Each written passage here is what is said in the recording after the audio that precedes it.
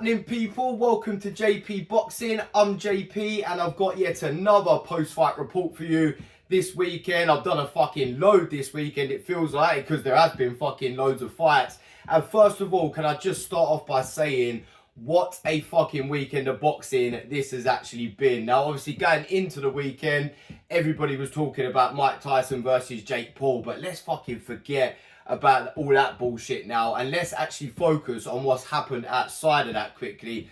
Katie Taylor versus Amanda Serrano 2, another fucking brilliant fight. Those two ladies delivered. Even before that, on that card, you had Barrios versus Ramos. That was all just on Friday night. Two brilliant fights right there. And then last night, Saturday night, man, Jesus Christ, I think it got even better. I said, don't just focus on Tyson versus Paul on that card this week. If you've been tuning into my channel all week, I said, make sure you tune in for all of this too. The Latino night, I knew it was going to deliver, and man, did it. Oscar Collazo looked brilliant against Neon Trong, who gave it a good fight in minimum weight, the lightest weight in boxing. What a brilliant little fight that was. What a brilliant little fighter Oscar Collazo is. Then William Zepeda versus Tevin Farmer. Man, that was a war we was not expecting. I'm going to drop a short video doing a little report on that later, so stay tuned for that if you haven't seen the fight. But obviously, don't just listen to what I'm saying about these fights. Go and fucking watch them after two. And then the main event, man. Oh my God. I had to put a post, you know, on the community section of my channel. Some of you guys might have seen it, but I had to just put up a post last night, just giving a bit of a fucking virtual sort of clap to these guys, man. Because this, and I'm not hyping it up here, which I do sometimes, I'm guilty of that sometimes. But this one, I think a lot of people will agree with me. That is one of the best fights I've ever seen. You know what I'm talking about, people. Zurdo Ramirez versus Billam-Smith. I hope you've seen it too. If you haven't seen it, listen to my post-fight report and reaction first, of course, but then go and try and find it afterwards. I'm sure someone's uploaded it by now, or if not, try and catch the highlights on DAZN till the full fight comes out. But when the full fight does come out on YouTube, please do watch it. Or if you've got DAZN or anything else you can watch it on, go watch it straight away after this, man. It's one of the best things you'll be able to do with your Sunday. For me, I'm not gonna, because I'm gonna have an award video at the end of the year, so I'm not gonna ruin that and spoil that just yet, but this is up there in the running for fight of the year for me so far, and it'll be hard for anything to beat it. There's a few. You got Woodley Clark, Taylor Serrano 2 now, etc., but this one is right up near the top for me. Someone actually asked me the other day, could boxing in real life ever be like how the Rocky movies are? And I was like, of course not, man. Like, it can't ever be that extreme. Can't ever be that crazy in a real fight. But fucking hell, this actually fucking came close to it. First of all, Billam-Smith, what a fucking warrior. That's what everybody's talking about after the fight. How fucking tough he was. And they're talking about how good of a boxer Zurdo was. But Zurdo Ramirez too, man. It wasn't a fucking easy night for him. He won clear. He looked fucking brilliant. I had it 8 rounds to 4. Some people had it a bit wider than that. But Billam-Smith stuck it on the motherfucker all night. Zurdo Ramirez is a guy that's come from 2 weights below, not a natural cruiserweight. And Billam-Smith not being the best technically, I said it in the prediction video, but he is one of the toughest, strongest, biggest cruiserweights out there. And Zurdo didn't get on his bike and run. He stood in front of CBS all night and fucking gave it, obviously not gave it just as good as Billam-Smith, but gave it even fucking better. He actually hurt Billam-Smith more than Billam-Smith hurt him. And yeah, man, in the prediction video for this, I'll hold my hands up and say I got it wrong. Zurdo Ramirez is a much better boxer than I thought he was. I knew he was good, but I just never really rated him as an elite type fighter. This was the first performance I've seen for him where I was like, yeah, this guy's elite. But you know what was even impressed me even more? How tough he is, how strong he is, and how hard he was hitting, and how explosive he looked. Billam-Smith has got a very good chin. I'd probably go as far as say he's one of the toughest guys, not just in the cruiserweight division, but in boxing. And Zurdo Ramirez was really fucking hurting him to the head and to the body. And as I say, being a naturally smaller guy, I know they look similar in height. Well, no, they are similar in height, but when you look at their builds, especially when they was in the ring and Billam-Smith had put on probably about 20 pounds overnight. Darren Barker was saying in the commentary team who had been speaking to him, the fact that Zurdo held his own in their strength and power wise, he needs a fucking round of applause for that. And if you did watch my prediction video, you'll see I picked Billam-Smith, not because I thought he was the better boxer. I said Zurdo Ramirez was the more talented boxer than him. I knew that going into it, but I picked Billam-Smith either by like clear on points by about 3-4 rounds or by late stoppage, because I just thought once he gets to that second half of the fight and him putting it on Zurdo all night, as he did try to do, I thought Zurdo would crumble under the pressure and Billam-Smith would just be too big and too strong. But as I was just saying, that really didn't prove to be the case, and that was quite clear in the fight from the first few rounds. Round one, I'll go through it round by round, how I scored it, as I always do, and then we'll talk about where these guys go next and that after the fight. But yeah, let's go through what actually happened in this fucking brilliant fight first. Chris Billam-Smith came out in round one, did exactly as we expected him to do, exactly what the game plan had to be. Because again, him and his team, him and his coach Shane McGuigan, they're very honest, man. They would have been coming into this fight knowing they ain't going to outbox Ramirez. They would have thought, as I said earlier in the video, like we all thought, he might just be too tough for him and try and walk him down, and Zurdo wouldn't be able to hang in there. And Chris Billam-Smith came out straight on him in the first round, looked very good in the first round. I had a bet on it, my prediction, I was going for the underdog in this one, and you know when you go for the underdog, they start looking good, you're like, yes, come on. And with him being British and just having a brilliant fucking story, I was really supporting Chris Billam-Smith in this one. The first round, I was like, yeah, he's fucking got this. Pushed Zurdo straight back, threw some good uppercuts, came with a short right hook, which he was landing quite a lot throughout the night, but obviously the sting was coming out of his shots as Zurdo started to like slow him down a bit with the body work. But from round two, mate, he had one good round at the beginning, Chris Billam-Smith. And I'm not saying he didn't have good moments and good rounds going on in later in the fight, but I'd say it was probably only really the first round where he was on top in the fight, and then after that, it just became a Zurdo type of fight, a Zurdo type of night, man.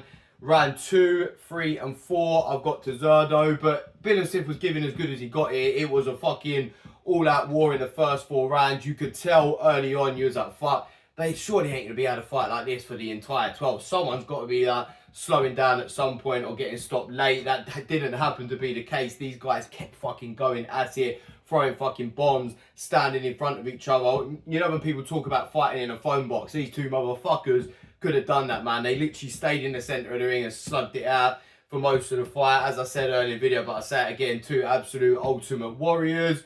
But yeah, 2, 3, and 4, Zurdo was on his boxing skills a bit more. Standing in front of Billam-Smith, not on his bike, not running, but in that southpaw stance, popping him up, digging to the body, combo to the head, angling off, and Chris Billam-Smith just kept following him. You can't, if someone's angling off against you, so I'm getting a bit of indigestion there, that's all that coffee over this weekend, getting buzzing for the boxes, staying up late, etc.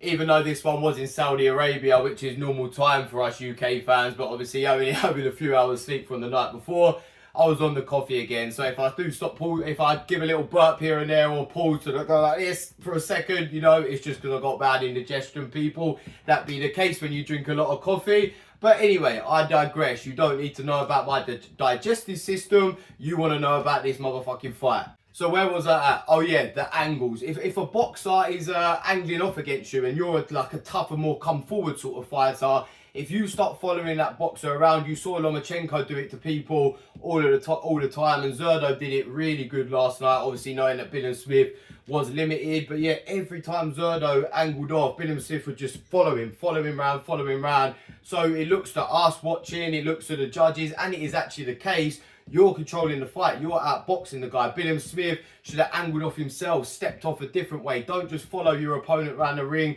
try and cut him off. But obviously, they probably wasn't expecting. They was expecting Zurdo to have quick hands. I don't think they was expecting him to have as good feet. And as soon as Zurdo realised, I've got quicker hands, which I expected, but I've also got much, much quicker feet.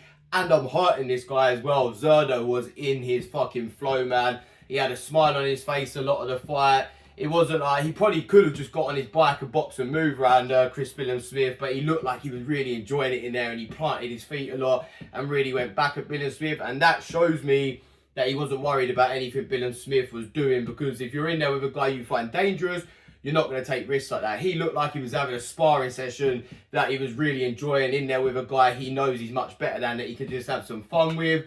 And this wasn't vintage Chris Billam-Smith for me, because I think vintage Chris Billam-Smith is a more dangerous guy, and Zurdo would have been a bit more wary of and had problems with. But he seemed very tired from about round 4 or 5 onwards, Chris Billam-Smith, and I think that is down Some commentator said, as they always do, oh, he's training to make the weight now. They say that every time a fighter has a bad performance or looks a bit tired, it always has to be a weight cut. Sometimes it's what the opponent's doing, or a lot of the time it's what the opponent's doing. You can't blame weight all the time when someone doesn't perform well. Even though Billam-Smith is big for a cruiserweight, he's not heavyweight size though, so he is a natural cruiser and always has been. The reason he was getting tired is because Zurdo was feeling power that he wasn't expecting. I always say this, if you're in there with a guy that you know can hurt you and you get hit with a big shot, you're like, okay, I was expecting that. But if you're in there with a guy you don't think's got power and suddenly he's punching you in the head and he's hurting a fucking lot and scrambling your brain, you start to panic a little bit more. And when you panic, you get more tired. Plus with Zurdo absolutely digging up that body with power shots too. That's what was tiring Billam-Smith out. And a lot of the pop had come out of his punches by then. And then I actually gave Chris Billam-Smith round 6 and 7, but I don't think he was getting on top at any point. I think he was just outworking Ramirez a little bit. And as I said, he was landing right hooks. A very good right hook. He landed quite a bit. He was landing uppercuts. He was landing the odd long right hand as he jumped in. But his feet were a bit all over the place. Like, he didn't look stable on his legs. Maybe because his brain was getting scrambled and his legs were going a bit. But also, I just don't think he had that ability to really get in and like plant. Maybe that was because his legs were going, but really plant his feet to hurt Zurdo. And maybe just because he was so fucked. You know, when you're fucked, you can't hit as hard, or you can't. Maybe the first punch is hard, but then you're tired, and the power comes out of the rest of the punches in the combinations.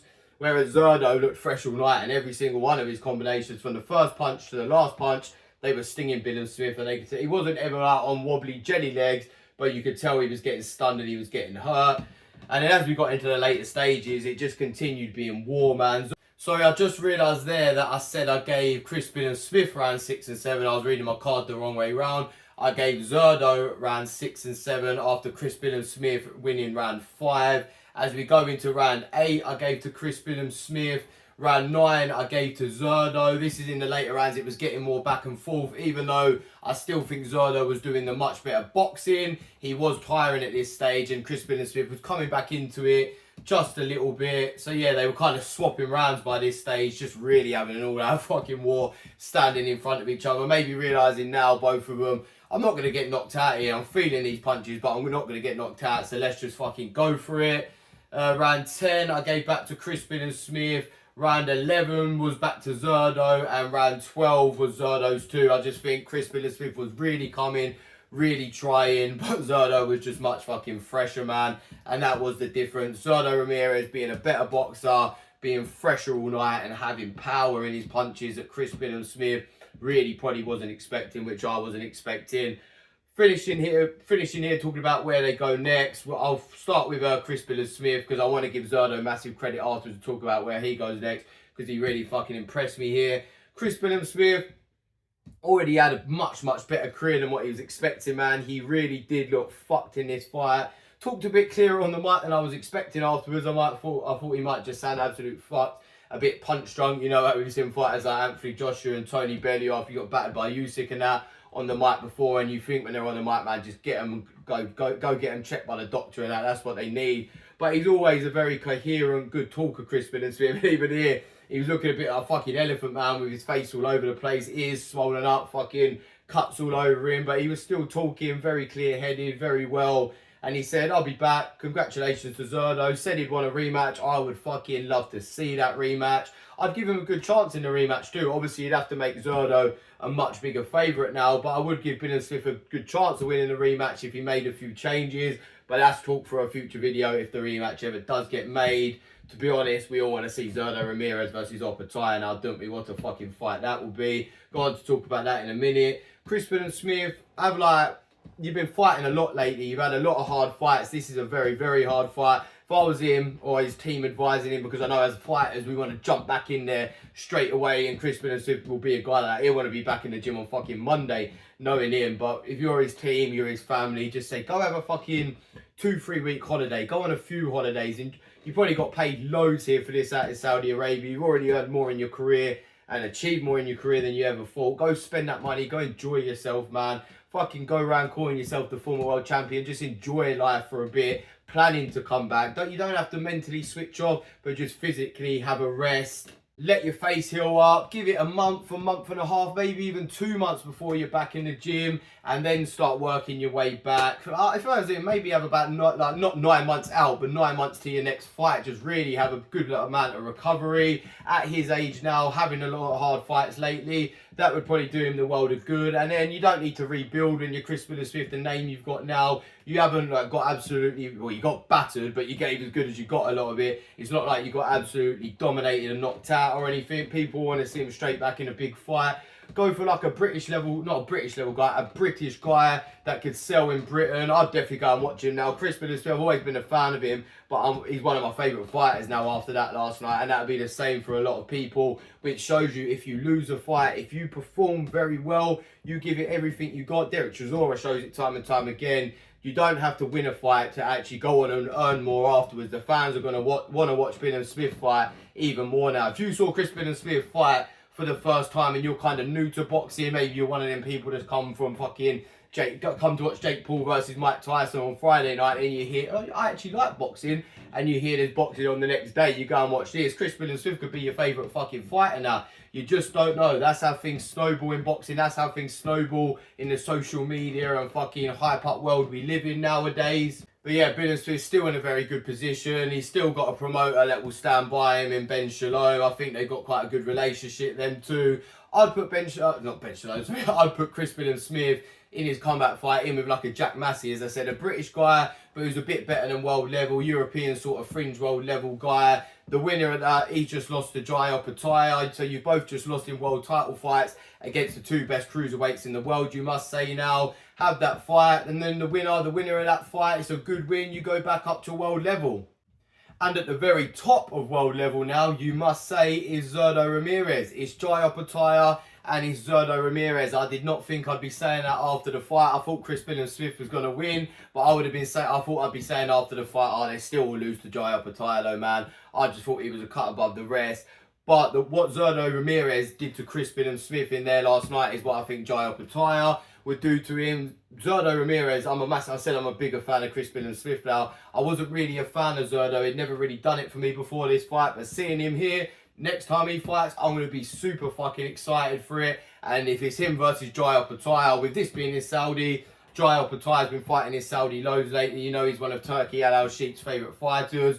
Zurdo will be now after this. Let's make that fucking fight, man. I think that has to be next. Surely that has to be next. There is no other option that the fans want to see. Even the rematch, you could say people would be excited. Let's do that down the line. The next fight has to be Zurdo versus Opetaia. I still think I'd pick Opetaia over him right now because I think Opetaia is just as skillful as Zurdo Ramirez, and he's a natural cruiserweight. Probably got a bit more power too. But then Zurdo's a bit more slippery and throws a lot more shots. We saw Opetaia tire out in the later stages against Bradis, and Bradis, an old man, was really putting it on him. If Zurdo works at this pace the whole way through, and he's landing a lot of shots on Opetaia, outboxing him at times too, and that Bradis wasn't really outboxing in the early stages. If Ramirez gives as good as he gets early on, keeps going and Opetaia slows down, Zurdo could win the fight. It ain't far off of a 50-50 now, maybe a 60-40 in Opetaia's favour. But it's a fight I'm really, really excited for now.